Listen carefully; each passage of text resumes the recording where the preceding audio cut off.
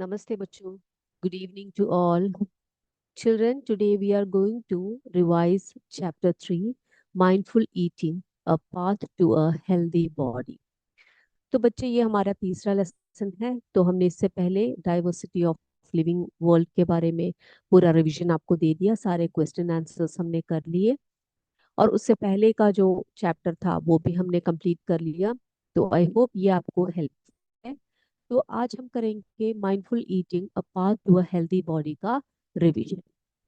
तो तो बच्चे, हमें पता है जो हमारी बॉडी होती है, हमारी बॉडी में फूड की आवश्यकता बहुत ज्यादा होती है ना। तो food is the foundation pillar of life. It provides the essential materials required for survival, health and wellbeing.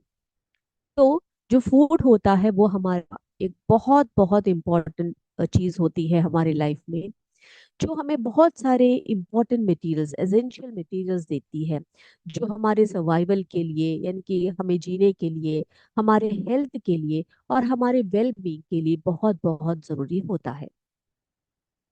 तो इससे पहले तो हम अगर बात करें तो बात करेंगे एसेंशियल बायोलॉजिकल फंक्शंस के बारे में। तो ये क्या है एसेंशियल बायोलॉजिकल फंक्शंस? यानी कि फूड जो है वो हमें बहुत सारे ऐसे चीजें प्रोवाइड करती है जो हमारे शरीर को स्वयं सिंथेसाइज नहीं कर सकता, जो हमारा body, our body can not synthesise on its own. That chemical constituents, उन केमिकल कॉन्स्टिट्यूएंट्स को हम कहते हैं न्यूट्रिएंट्स। ठीक है। तो न्यूट्रिएंट्स हमें तभी प्राप्त होता है जब हम बाहर से कोई भोज्य पदार्थ या फूड जो है हम अपने बॉडी को देते हैं। क्यों? क्योंकि our body can not synthesise on its own. Now, what is energy production? Carbohydrates and fats serve as the primary fuel sources for all bodily activities, from basic organ functions to vigorous exercise. ठीक है।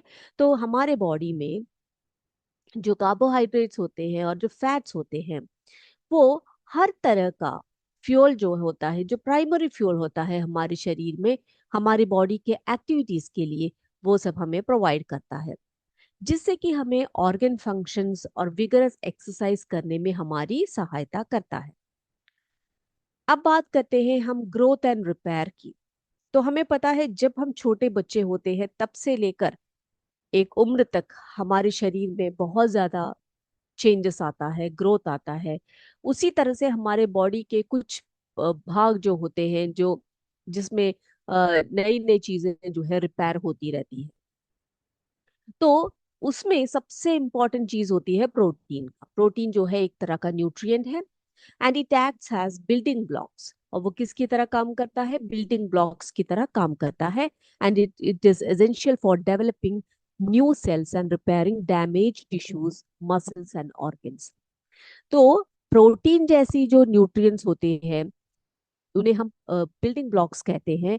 और ये जरूरी होता है हमारे शरीर में नए सेल्स को डेवलप करने, यानी कि नए नए सेल्स को बनाने में, एंड रिपेयरिंग डैमेज टिश्यूज। तो हमारे शरीर में कई कई बार ऐसा होता है चोट लगने पर या फिर हम जब बीमार पड़ते हैं तो हमारे जो टिश्यूज होते हैं या मसल्स होते हैं या ऑर्गन्स जो होते हैं उनमें कुछ ना कुछ खराबियां आ जाती है।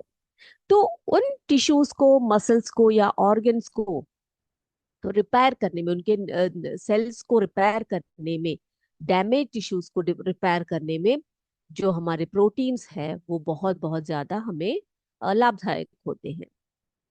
Now next is metabolic regulation. Now, what is metabolic regulation, बच्चों? Vitamins and minerals facilitate chemical reactions that regulate metabolism, bone health and oxygen support. ठीक है। तो हमारे शरीर में जब हम विटामिन्स लेते हैं, मिनरल्स लेते हैं, तो ये क्या करते हैं हमारे बॉडी में? हमारे बॉडी का मेटाबॉलिज्म को ये रेगुलेट करता है। मेटाबॉलिज्म यानी जो हमारे बॉडी में जितने भी प्रोसेसेस चलते हैं, जैसे कि हमारा रेस्पिरेशन है, सर्कुलेशन है, एक्सक्रीशन है, जितने भी हमारे बॉडी में इस तरह के प्रोसेस चलते हैं उनको हम मेटाबॉलिज्म कहते हैं। तो उन सभी को रेगुलेट करने के लिए, हमारे बोन हेल्थ में, हमारे ऑक्सीजन ट्रांसपोर्ट सिस्टम में सहायता करने के लिए हमारे लिए बहुत बहुत उपयोगी होता है विटामिन्स और मिनरल्स। ठीक है। अब देखो अगला एक बात हम बात करेंगे, डिजीज प्रिवेंशन एंड इम्यूनिटी और इम्यून सपोर्ट। ठीक है।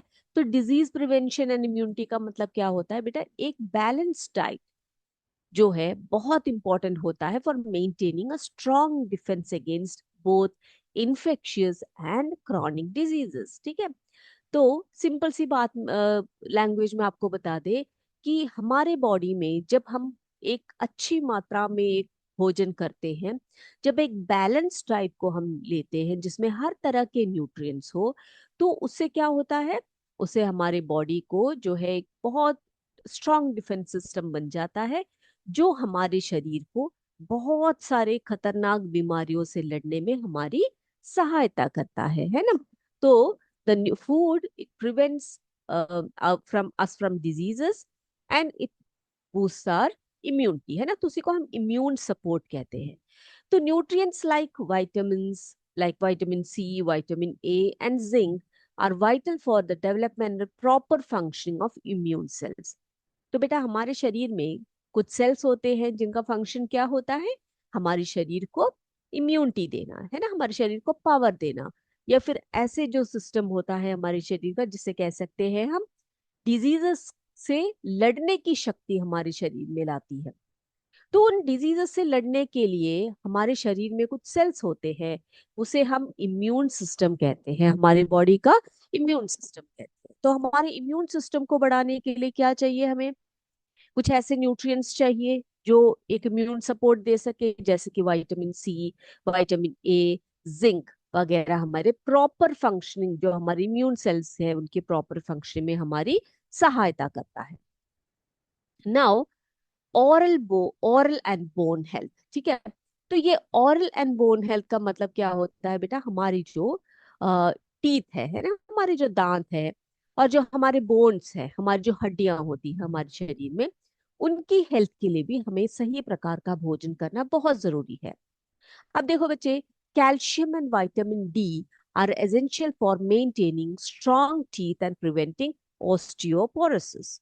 अब देखो, कैल्शियम और विटामिन डी जैसे न्यूट्रिएंट्स क्या करते हैं, हमारे शरीर में हमारे जो दांत होते हैं उनको स्ट्रांग बनाते हैं, साथ साथ में हमें बोन डिजीजेस से भी बचाते हैं। अब यहाँ पर देखो एक बड़ा सा नाम दिख रहा होगा आपको, ऑस्टियोपोरोसिस करके। तो ये एक ऐसा डिजीज है जो बोन के कमजोर होने पर होता है। ठीक है, हमारी जो हड्डियां है वो अगर मजबूत ना हो तो इस तरह का एक रोग आता है। तो ऐसे रोगों से बचाने के लिए, हमारे दांतों को अच्छे स्वस्थ रखने के लिए, हमारे बोन्स को स्वस्थ रखने के लिए हमें किसकी आवश्यकता होती है, कैल्शियम की और विटामिन डी की आवश्यकता होती है। ठीक है। चलिए, अब बेटा हम लोग बात करेंगे कि हमारा जो फूड है, हमारे पूरा जो शरीर है, उसमें फूड का एक बहुत बड़ा रोल होता है ना। हमारे शरीर में बहुत बड़ा रोल होता है फूड का। तो जितने भी न्यूट्रिएंट्स हमारे शरीर में जाते हैं, उन न्यूट्रिएंट्स से हमारा शरीर जो है बहुत सारे कार्य करता है। तो ऐसे हम फूड की ही बात कर रहे हैं, तो हम बात करते हैं कुछ ट्रेडिशनल फूड।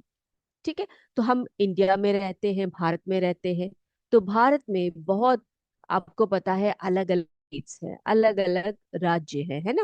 इंडिया जो भारत देश है उसके अलग राज्य हैं, जिसमें कि हम देख सकते हैं कि अलग अलग जगहों पर अलग अलग प्रकार के भोज्य पदार्थ या भोजन जो है हमें खाने को मिलता है। आप जैसे कि पंजाब में चले जाइए। ठीक है, नॉर्थ में एक राज्य है पंजाब, है ना, भारत के उत्तर भाग में पंजाब जो है, वहां पर अगर आप जाएंगे तो वहां पर आप पाएंगे कि वहां के जो स्थानीय क्रॉप्स है, यानी कि लोकली ग्रोन क्रॉप्स कहते हैं जिसको हम, जैसे पंजाब में उगने वाले जो क्रॉप्स होते हैं, जो कृषि उत्पादन होते हैं, वो होते हैं like they grow crops like मेज, wheat, चिकपी एंड पल्सेस। ठीक है। तो वहां पर मक्का, चना, गेहूं और जो दालें वगैरह होती है बहुत मात्रा में उगाई जाती है। तो वहां का, पंजाब में जब आप जाते हो तो वहां का जो फूड कल्चर है वो अलग होता है। ठीक है। वहां के लोग क्या क्या उगाते हैं बेटा, जैसे कि मक्का है, वीट है, चिकपी यानी कि चना है, पल्सेस है। तो इन सभी से बने हुए भोज्य पदार्थ आपको वहां पर खाने को मिलेंगे। ठीक है। अब देखो, traditional food items like some popular traditional foods in Punjab. Punjab में क्या कौन कौन से ट्रेडिशनल फूड है आपने सुना होगा, कई लोगों ने खाया भी होगा, है ना। लाइक मक्की दी रोटी, it is a type of bread made from maize. सरसों का साग सुना होगा, अ करी मेड फ्रॉम मस्टर्ड लीव्स। तो मक्की की रोटी और सरसों का साग बहुत ही फेमस डिश है वहां का। छोले भटूरे, ये जो छोले भटूरे होते हैं ये क्या होता है बेटा, एक स्पाइसी चिकपी डिश होता है। उसके साथ फ्राइड ब्रेड के साथ वो लोग खाते हैं, जिसको परांठा कहते हैं। परांठा और स्टफ्ड फ्लैट ब्रेड होता है। हलवा, जो एक स्वीट डिश होती है वहाँ की। खीर, जिसे हम rice pudding, sweet rice pudding कहते हैं। तो ये सब जो ट्रेडिशनल फूड आइटम्स जो अभी मैंने आपको बताए, पंजाब के मुख्य भोजन है। ठीक है, पंजाब के ट्रेडिशनल फूड है। कैसे, कौन कौन से? मक्की दी रोटी, सरसों दा साग, छोले भटूरे और पराठा, हलवा, खीर आदि। अब बच्चे, वहां पर जो पेयजल होता है, जैसे कि वो पीने के लिए क्या यूज करते हैं, like like some common drinks in Punjab include lassi, है ना। लस्सी में क्या होता है बेटा, उसमें योगर्ट होता है, योगर्ट बेस्ड ड्रिंक होता है वो, है ना। तो दही से बनाया जाता है वो। छाछ कहते हैं हम उसको, बटर मिल्क कहते हैं जिसे, मिल्क टी। ये सभी क्या है, वहां के बेवरेजेस है। बेवरेजेस यानी कि जो वहां के लोग पीने के लिए यूज करते हैं। अब जैसे ही आप साउथ की तरफ जाए, ठीक है, तो भारत में जैसे ही आप दक्षिण की तरफ जाएंगे, जैसे कि कर्नाटका है, ठीक है। तो कर्नाटका स्टेट में जैसे ही आप जाते हो तो वहां पर किस प्रकार के क्रॉप्स ग्रो किए जाते हैं बेटा, like in Karnataka they grow crops like rice, ragi, ragi जिसको हम फिंगर मिलेट भी कहते हैं, उड़द दाल, है ना, जिसे हम ब्लैक ग्राम कहते हैं, एंड कोकोनट। तो कर्नाटका जैसे स्टेट में जो साउथ की तरफ है, वहां पर उगाए जाने वाले कुछ क्रॉप्स है, राइस, रागी, उड़द दाल, ग्राउंडनट, सॉरी कोकोनट आदि। तो वहां का जो डिश है, जो ट्रेडिशनल फूड आइटम्स है, वो इन पर बेस्ड होगा। राइस पर बेस होगा, रागी पर बेस होगा, जो लेंटिल्स वगैरह है उन पर बेस होगा, कोकोनट पर बेस होगा। तो वहां के फूड आइटम्स देख लें कुछ। So, the traditional food items or the traditional foods in Karnataka include idli, steamed rice cake कहते हैं हम उसको, डोसा आपने खाया होगा, क्रिस्पी पैनकेक्स होता है वो, सांबर जो एक लेंटिल, स्पाइसी लेंटिल सूप होता है जिसमें बहुत सारे वेजिटेबल्स डाले जाते हैं, है ना। और कोकोनट चटनी, रागी मुद्दे, रागी के बॉल्स, उसको बॉईल करके उसको बनाया जाता है, रागी को मैश करके बनाया जाता है। देन पालिया, जिसे हम वेजिटेबल स्टिर फ्राई कहते हैं। रसम, एक टैंगी सूप होता है। राइस वहाँ का एक बहुत ही ट्रेडिशनल जो है वहाँ के लोग खाते हैं। तो अगर आप साउथ की तरफ जैसे जैसे जाएंगे ना बेटा, ऑलमोस्ट आप पाएंगे कि केरला, कर्नाटका, तमिलनाडु, इन सभी स्टेट्स में जो है ज्यादातर आपको इस प्रकार के ट्रेडिशनल फूड्स मिलेंगे, जैसे कि इडली, डोसा, सांबर, कोकोनट चटनी, ये सभी, ये रसम वगैरह जो राइस वगैरह होते हैं, ये वहाँ के लोगों का स्टेपल फूड माना जाता है। ठीक है। तो आपने देखा नॉर्थ और साउथ में कितना डिफरेंस है। क्योंकि एक पर्टिकुलर जगह की जो क्रॉप्स होती है, जो ट्रेडिशनल क्रॉप्स होती है, उसी पर वहाँ का फूड कल्चर भी होता है। ठीक है। अब देखो, आप वहाँ के बेवरेजेस की अगर हम बात करें तो popular drinks in Karnataka include buttermilk, coffee, tea etcetera. तो वहाँ के बेवरेजेस में क्या क्या आता है, बटर मिल्क आता है, कॉफी, टी वगैरह वहाँ पर लोग बहुत ज्यादा पीना पसंद करते हैं। अब आप चले जाइए नॉर्थ ईस्ट स्टेट्स में, जैसे कि मणिपुर है ना। तो मणिपुर जैसा एक स्टेट है, तो मणिपुर में देखते हैं वहाँ का जो लोकली ग्राउंड क्रॉप्स होते हैं वो क्या क्या होते हैं बेटा। मणिपुर जैसे स्टेट में राइस उगाए जाते हैं, बैम्बू उगाए जाते हैं, सोयाबीन वगैरह उगाए जाते हैं। ठीक है। तो वहाँ का जो फूड कल्चर, वहाँ के जो ट्रेडिशनल फूड आइटम्स है, उसमें क्या क्या आता है देखते हैं। तो some traditional foods in Manipur are eromba, a spicy chutney, utti, a curry made with a yellow peas and green onion, singju, ठीक है, singju it's a salad, and kangshoi it's a vegetable stew. तो वहां पे आपने देखा, जैसे कि आप नॉर्थ ईस्ट स्टेट्स में आते हो, तो वहां का जो कल्चर होता है, जो ट्रेडिशनल फूड आइटम्स होते हैं, वो ना तो हमारे इंडिया के नॉर्दर्न साइड का फूड कल्चर होता है, ना सदर्न इंडिया का होता है। उनका कल्चर कुछ और डिफरेंट होता है। ठीक है। अब देखो, आपका उनका फूड ही देख लो। जैसे स्पाइसी चटनीज लाइक रोम्बा, उटी, जिससे curry made from yellow peas and green onion, फिर सैलड्स होते हैं, और कैंगसोई जैसे वेजिटेबल स्ट्यू वगैरह जो है वहाँ के लोग पीना खाना पसंद करते हैं। ठीक है। अब मणिपुर का एक बहुत ही कॉमन ड्रिंक है ब्लैक टी। तो वहाँ के लोग जो है ब्लैक टी पीना बहुत ज्यादा पसंद करते हैं। चलिए, तो हमने देखा कि किस तरह से जो है अलग अलग प्रकार के स्टेट्स में अलग अलग तरीके के लोग जो है किस तरह के खाना खाते हैं। देखा आपने। तो साउथ का अलग होता है, वहाँ के क्रॉप्स अलग होते हैं, वहाँ का फूड कल्चर अलग होता है। साउथ नॉर्थ का अलग होता है, साउथ का अलग होता है, नॉर्थ ईस्ट का अलग होता है, वेस्टर्न साइड में चले जाइए आप, वहाँ का कल्चर अलग होता है। तो हर किसी का फूड कल्चर जो है अलग अलग होता है। लेकिन सभी फूड में ज्यादातर जो ट्रेडिशनल फूड होते हैं उसमें न्यूट्रिएंट्स भरपूर मात्रा में होता है। नाउ, अगर हम वे ऑफ कुकिंग की बात करें, ठीक है, वे ऑफ कुकिंग की यानी कि खाना किस प्रकार से पकाया जाता है, way of cooking, traditional method या मॉडर्न मेथड वगैरह की जब हम बात करते हैं, तो बेटा आपको पता है, जब पुराने टाइम पे, पुराने टाइम पे यानी कि कुछ वर्षों पहले, आप अगर अपने पेरेंट्स से पूछेंगे तो वो आपको बताएंगे कि पहले खाना कैसे बनाया जाता था। पहले चूल्हों पर बड़े बड़े चूल्हे होते थे, या घरों में चूल्हे लगाए जाते थे, उसमें जो है फायरवुड की सहायता से या कोल की सहायता से, या फिर जो काऊ डंग है उसको सुखाकर, इस तरह से जो है उसके आग लगाकर खाना बनाया जाता था। लेकिन अभी का सिस्टम कैसा है बेटा, आजकल मॉडर्न किचन सब आ गए हैं, कुकिंग गैसेस हैं। तो इन सभी से जो है इलेक्ट्रिक गैजेट्स हैं खाना बनाने के लिए, इन सभी से लोग जो है खाना बनाते हैं आज, है ना। और देखो, माइक्रोवेव्स या फिर अवन जैसे सिस्टम आ गए।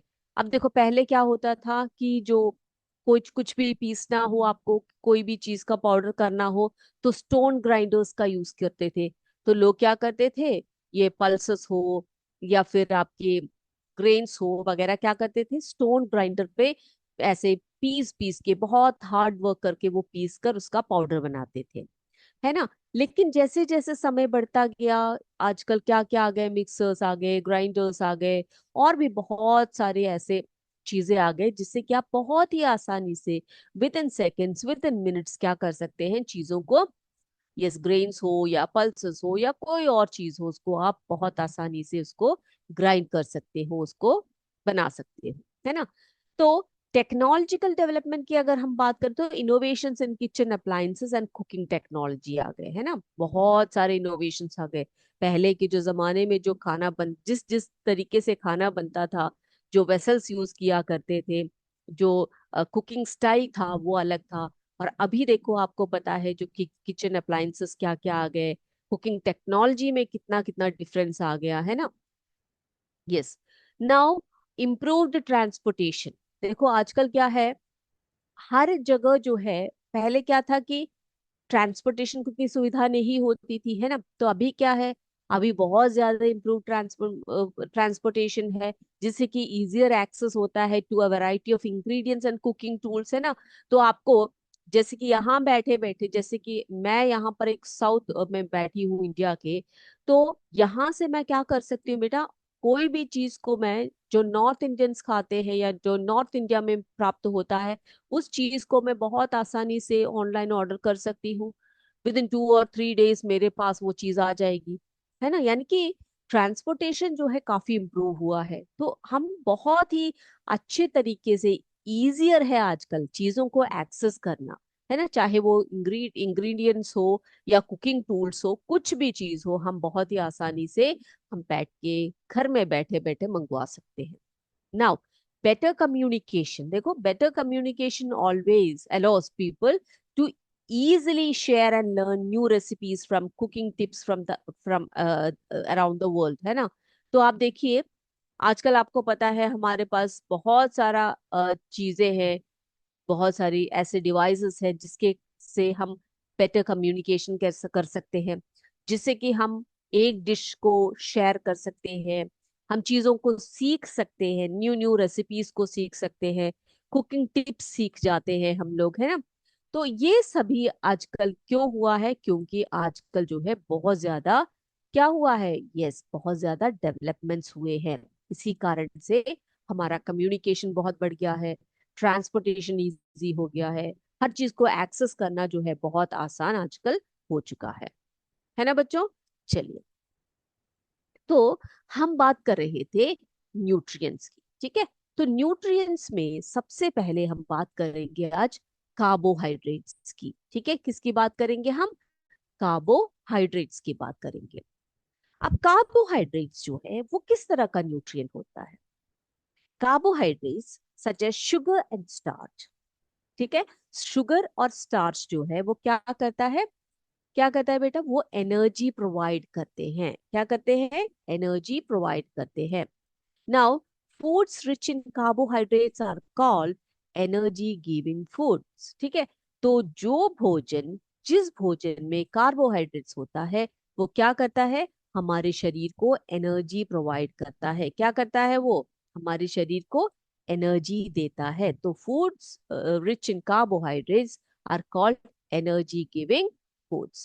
Okay, now they are one of the primary sources of energy in our diet. तो जो कार्बोहाइड्रेट्स है उन्हें क्या कहा जाता है, उनको हम प्राइमरी सोर्सेस ऑफ एनर्जी कहते हैं। They are essential for performing daily activities and body functions. तो हमारे लिए ये बहुत बहुत जरूरी होता है कि हम ऐसा भोजन करें, हम ऐसा फूड खाए जो हमें एनर्जी दे सके, है ना। क्योंकि एनर्जी जब हमारे पास होगी, हमारे शरीर में होगी, तभी हम क्या कर पाएंगे, हमारी डेली एक्टिविटीज कर पाएंगे, साथ साथ हमारे बॉडी फंक्शंस को भी स्मूथ वे में आगे ले जा सकेंगे, हमारे शरीर के जितने भी प्रोसेसेस है वो आराम से जा सकते हैं। अब देखो, rice, wheat, corn, potato, sugar cane, grapes, banana, ये सब क्या है, ये सब कार्ब्स कहते हैं, ठीक है। ये सब कार्ब्स कहलाते हैं, ये कार्बोहाइड्रेट्स कहलाते हैं। तो ये ऐसे फूड है या ऐसे फूड आइटम्स हैं जो हमें क्या देता है, जो हमें एनर्जी प्रोवाइड करते हैं। Rice, wheat, corn, potato, sugar cane, grapes and banana, तो ये सब क्या है बेटा, ये सब हमें एनर्जी प्रोवाइड करने वाले फूड है। और इन फूड आइटम्स को हम कहते हैं कार्बोहाइड्रेट्स, क्या कहते हैं इनको, कार्बोहाइड्रेट्स कहते हैं, ठीक है। चलिए, तो अगले क्लास में हम जो प्रोटीन्स है, फैट्स है, विटामिन्स है, उन सब के बारे में भी बात करेंगे। अब बच्चों हमारा टाइम है किसका, डिक्टेशन टाइम है। तो सभी बच्चे अपने नोटबुक्स निकालिए, ठीक है। सभी बच्चे क्या कीजिए, अपने नोटबुक्स निकालिए। अब मैं क्या करने वाली हूँ, आपको 5 वर्ड्स दूंगी और आपने क्या करना है, उन 5 वर्ड्स को बहुत ही अच्छी तरीके से कहीं पर भी देखे बिना लिखना है और आपके कोऑर्डिनेटर्स ग्रुप में उसका फोटो लेकर आपने सेंड करना है। रेडी है सभी, सभी अपने बुक पेपर या पेन जो भी है लेकर तैयार हो जाइए। I am going to give you 5 words, ठीक है। पहला वर्ड लिखिए बच्चों, पहला वर्ड है एनर्जी, पहला वर्ड है एनर्जी, लिखा सबने, ओके। अब सेकेंड वर्ड बोलती हूं मैं आपसे, सेकेंड इज, लिखिए माइंडफुल, सेकेंड वन माइंडफुल। चलिए, तीसरा वर्ड है, तीसरा वर्ड लिखिए, तीसरा वर्ड है एक्टिविटीज, तीसरा वर्ड है एक्टिविटीज, ओके। चलिए, फोर्थ वर्ड लिखिए फंक्शंस, फंक्शंस, लिख लिया। फिफ्थ वर्ड, लास्ट वर्ड लिखिए न्यूट्रिएंट्स, न्यूट्रिएंट्स, हो गया। तो कौन कौन से 5 वर्ड्स बोले मैंने आज, पहला है एनर्जी, दूसरा है माइंडफुल, तीसरा है एक्टिविटीज, चौथा है फंक्शंस, फिफ्थ वन है न्यूट्रिएंट्स। ठीक है। अब सभी जो है क्या कीजिएगा, इसकी फोटो लीजिए, इसकी एक इमेज लीजिए और आप कोऑर्डिनेटर्स ग्रुप में आपकी मैम की सहायता से या सर की सहायता से भेज दीजिएगा। ठीक है। तो आज का क्लास जो है सभी को जो है क्लियर हो चुका है, किसी को कोई डाउट नहीं है।